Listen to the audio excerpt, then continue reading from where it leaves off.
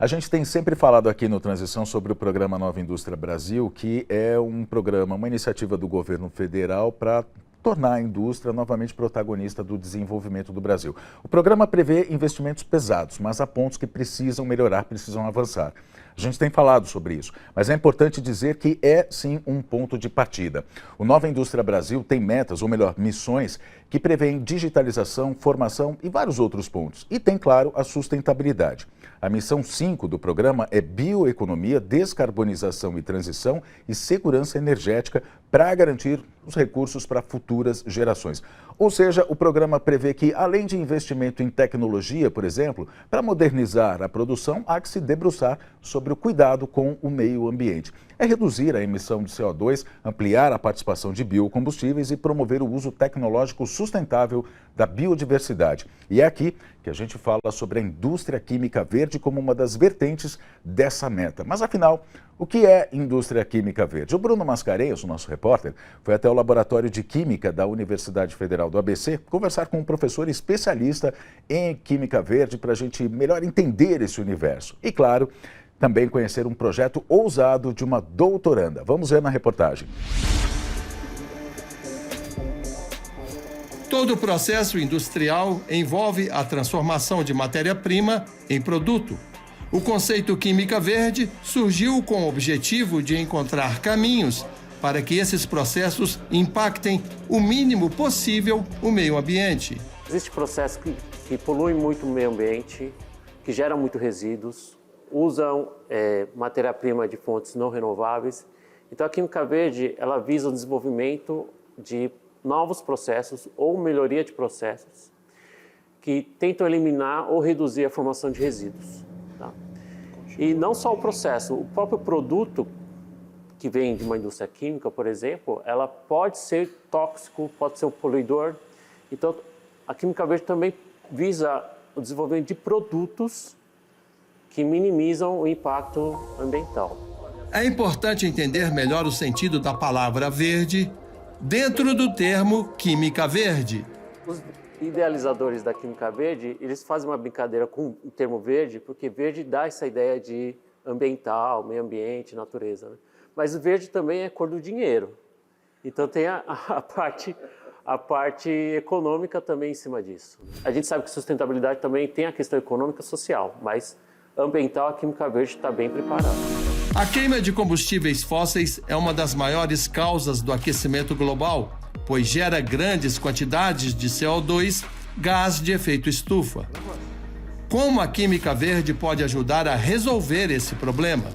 Tem pesquisas que envolvem o uso do CO2 para converter em produtos de alto valor agregado, que é utilizado como matéria-prima em algum processo químico. Tem muitos grupos de pesquisa tentando aproveitar o CO2 como fonte de matéria-prima para produzir, como o próprio comentou, a formação de açúcares, né, ou derivados de carbono mais úteis, né, para ser utilizado de alguma outra forma. Isso seria feito em laboratório?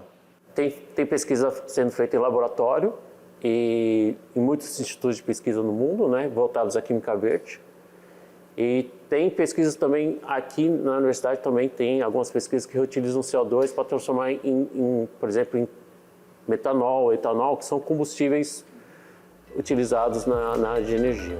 A química verde pode ser utilizada também para diminuir o uso de recursos naturais na criação de fármacos. Muitos fármacos, os princípios ativos, eles demandam uma cadeia de transformações muito grande para a gente conseguir chegar no fármaco, na molécula final. Então, a linha de pesquisa nossa aqui é tentar encurtar essa rota para deixar ela mais limpa e também ser mais rápida também, porque tempo é dinheiro, né? Então, encurtando o processo, né? Deixando o processo mais rápido, mais simples, a gente minimiza a geração e o uso de substâncias nocivas ao meio ambiente. Tem algum exemplo de fármaco que você possa dizer? A gente conseguiu sintetizar o Propofol. O Propofol era um sedativo que era muito utilizado na época da pandemia para processo de intubação. E houve uma época que houve uma escassez desse fármaco.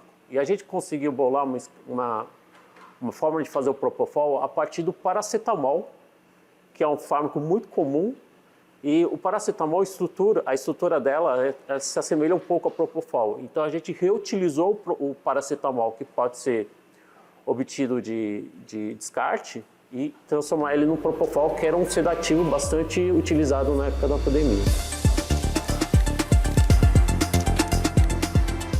Tamires Sescon é formada em Física pela Universidade de Campinas. Fez mestrado em Ciência e Tecnologia na Universidade Estadual Paulista e é doutoranda do programa Nanociências e Materiais Avançados da Universidade Federal do ABC. Ela conseguiu bolsa pelo Programa de Formação Profissional de Recursos Humanos para o setor de petróleo, gás natural e biocombustíveis do Ministério de Minas e Energia. Sua missão aqui é encontrar uma molécula orgânica capaz de gerar energia elétrica a partir da luz do sol. A ideia é sempre melhorar o que a gente já tem, né? Então a gente precisa melhorar a eficiência, precisa melhorar custo, porque ainda algumas células ainda são muito custosas para se produzir. Então, durante o meu projeto, eu vou me preocupar com todas essas coisas. Tanto como eu vou desenvolver essa molécula, então eu consigo fazer ela com uma química verde, por exemplo? A ideia é que sim. O meu dispositivo vai ser eficiente ou não, quão eficiente ele vai ser, como eu consigo melhorar essa eficiência. Então, são coisas que eu vou me preocupar ao longo do processo.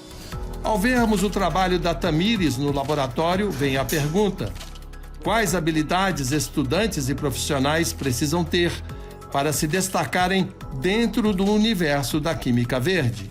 No caso da Química Verde, a gente tem disciplinas que instigam o aluno a ter um pensamento mais crítico sobre os processos químicos. Ele tem que ter a capacidade de analisar se o processo é realmente ambientalmente benigno ou não, vendo toda a cadeia produtiva. Então, vendo a matéria-prima, o processo se gasta muita energia ou não, se o produto é tóxico ou não, né? Se a quantidade de resíduos é alta ou não.